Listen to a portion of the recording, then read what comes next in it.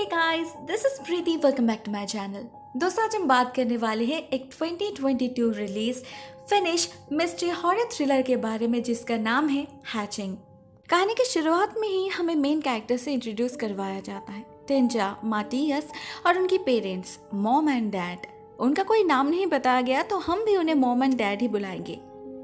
Mom एक successful vlogger है। उनका एक चैनल है जहां पर वो अपने more than perfect dream like life को शोकेस करती है, लोगों को दिखाती है वो कितनी खुश है, उनके बच्चे कितने परफेक्ट है और आपस में उनका रिश्ता उनके घर की तरह ही खूबसूरत है।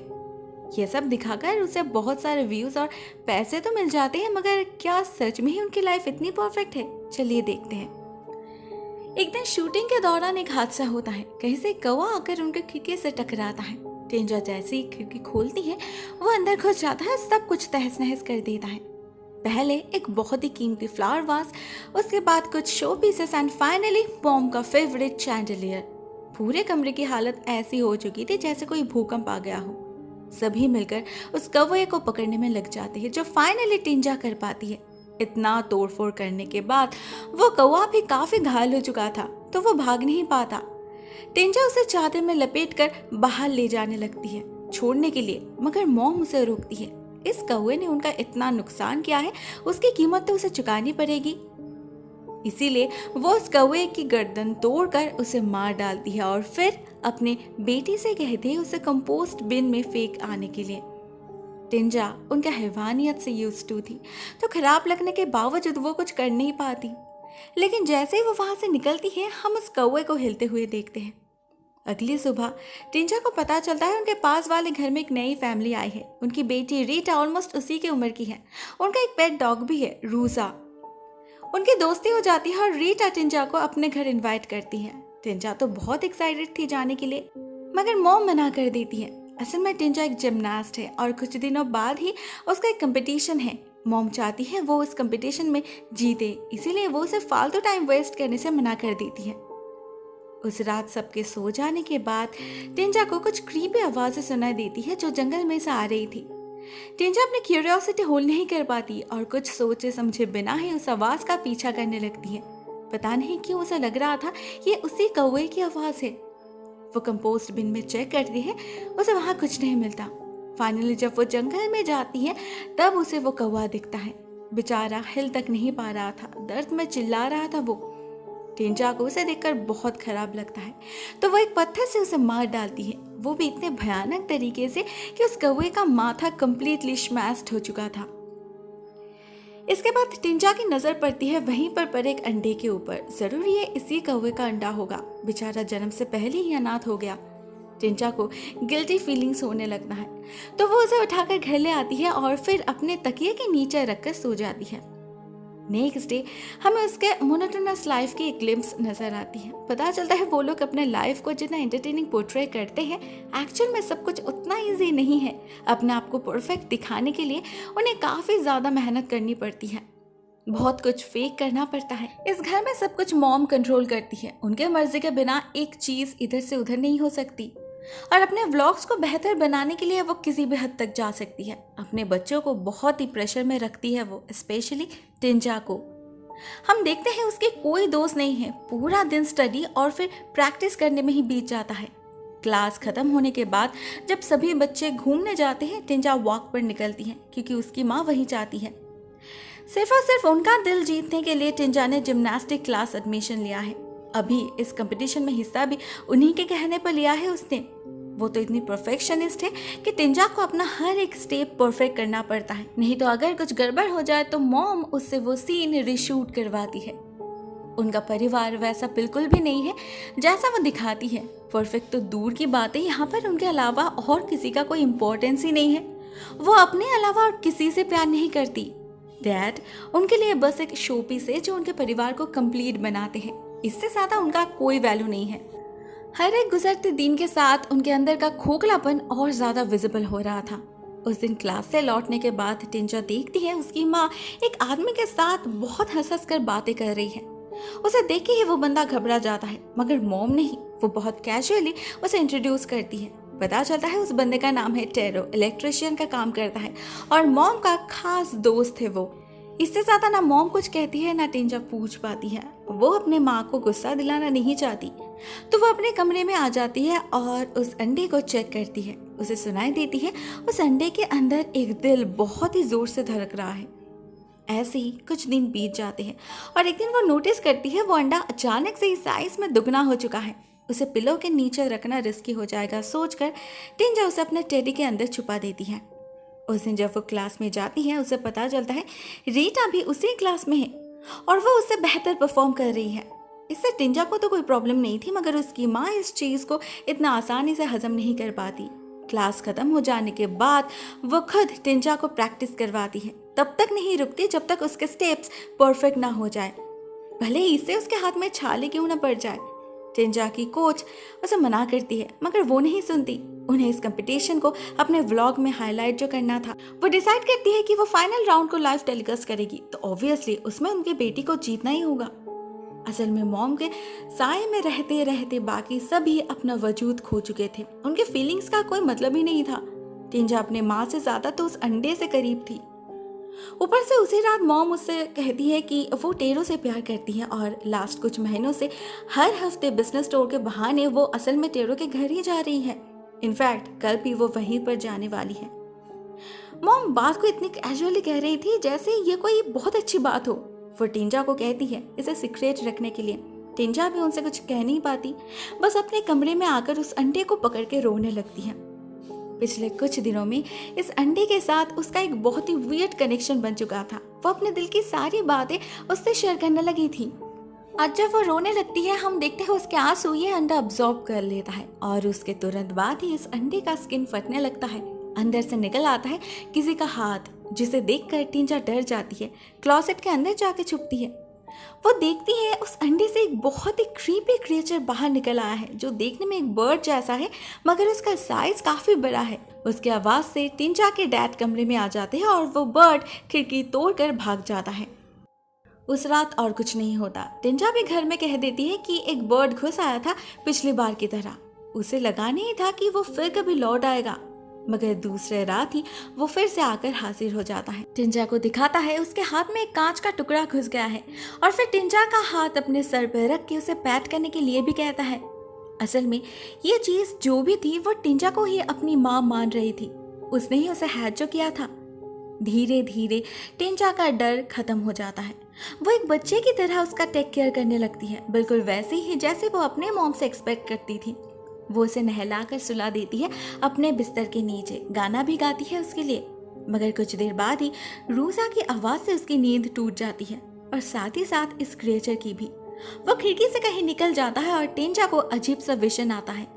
कुछ देर बाद जब वो अपनी आंखें खोलती है तो देखती है वो क्रिएचर उसके ऊपर बैठा है और उसके पास पड़ा है रूजा की लाश। इस क्रिएचर ने उसे मार डाला है सिर्फ इसलिए क्योंकि टिंजा की नींद डिस्टर्ब हो रही थी उसके कारण। उसे देखकर ही टिंजा उल्टी कर देती है। इतना घिनौना था वो नज़ारा, मगर उससे भी ज्यादा अजीब बात तो ये थी कि ये क्रिएचर टिंजा के उल्टी को खा रहा था, ठीक जैसे मॉम बर्ड्स अपने बच्चों को खिलाती है, बिल्कुल वैसे ही। टिंजा जल्दी से अपने गार्डन के कोने में उस डॉग की लाश को दफना देती है, मगर उसे पता नहीं चलता उसके भाई माटियास ने सब कुछ देख लिया है और वो अगले दिन मौका देखकर इस बात को सबके सामने रिवील भी कर देता है। उसे लगा था टिंजा को डांट पड़ेगी, मगर ऐसा कुछ नहीं होता। कोई यकीन ही नहीं करता। ऐसे ही कुछ दिन बीत जाते हैं और हम देखते हैं उस क्रिएचर के साथ टिंजा का रिश्ता और ज्यादा मजबूत हो चुका है।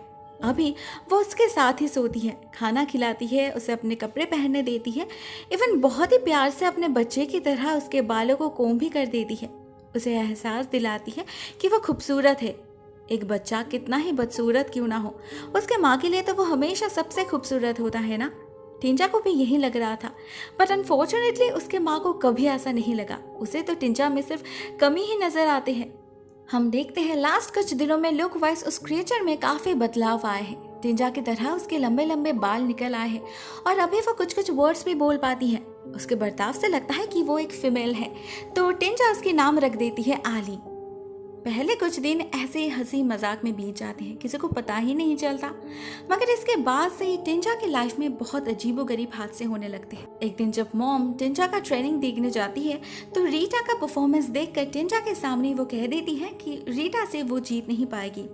इससे टिंजा का दिल टूट जाता है, जिसका डायरेक्ट असर पड़ता है आली के ऊपर। न जाने कैसे, लेकिन उसके साथ टिंजा का एक साइकिक कनेक्शन बन चुका था। वो वही फील करती थी जो टिंजा फील करती थी। जैसे पहले उसे समझ आ गया था उस डॉग के लिए टिंजा सो नहीं पा रही, ठीक वैसे ही अभी वो समझ जाती है रीटा टिंजा के लिए एक थ्रेट बन चुकी है, तो वो उस पर हमला कर देती है। टिंजा भी इस एक्साइटमेंट को फील कर पा रही थी, जिसके वजह से उसे दौरे पड़ने लगते हैं। उसके माँ को लगता है वो स्ट्रेस्ड आउट है, तो उसे चीयर अप करने के लिए वो अगले दिन ही उसके साथ टेरो के घर जाने की डिसाइड करती है। इस बार सबको बताकर। टिंजा सिर्फ 12 साल की है, उसे ज़्यादा कुछ समझ नहीं आता, मगर वो इतना तो समझ चुकी थी कि ये उसकी माँ गलत कर रही है, डैड को चीट कर रही है। मगर डैड को इससे कोई प्रॉब्लम नहीं थी, वो इस बात को बहुत ही ईजीली एक्सेप्ट कर लेते हैं, क्योंकि शायद उन्हें पता था मना करने से कुछ नहीं होगा, मॉम वही करेगी जो वो चाहती है। उस दिन वो लोग टेरो के घर जा पहुंचते हैं। पता चलता है उसका एक छोटा सा बेटा भी है, हेल्मी, बहुत ही प्यारा है वो, और मॉम जैसे उससे कुछ ज़्यादा ही प्यार करती है। हम देखते हैं यहाँ पर भी आली टिंजा का पीछा नहीं छोड़ती, ढूंढे निकालती है उसे, और उसके बिना आजकल टिंजा भी बहुत लोनली फील करती है। वो जैसे उसके लिए ही वेट कर रही थी। अगले दिन उसे रीटा के एक्सीडेंट के बारे में पता चलता है, तो वो उसे देखने जाती है, मगर उसकी जो हालत वो देखती है उससे उसकी रूह कांप उठती है। आली ने ये क्या कर दिया? टिंजा घर आकर उस पर बहुत चिल्लाती है, खुद को ही मारती है जिससे उसे लगे, मगर एट लास्ट आली उसे शांत कर देती है। उसे यकीन दिलाती है उसने जो किया उसे उसका भला ही होगा, और ये बात टिंजा भी जानती है।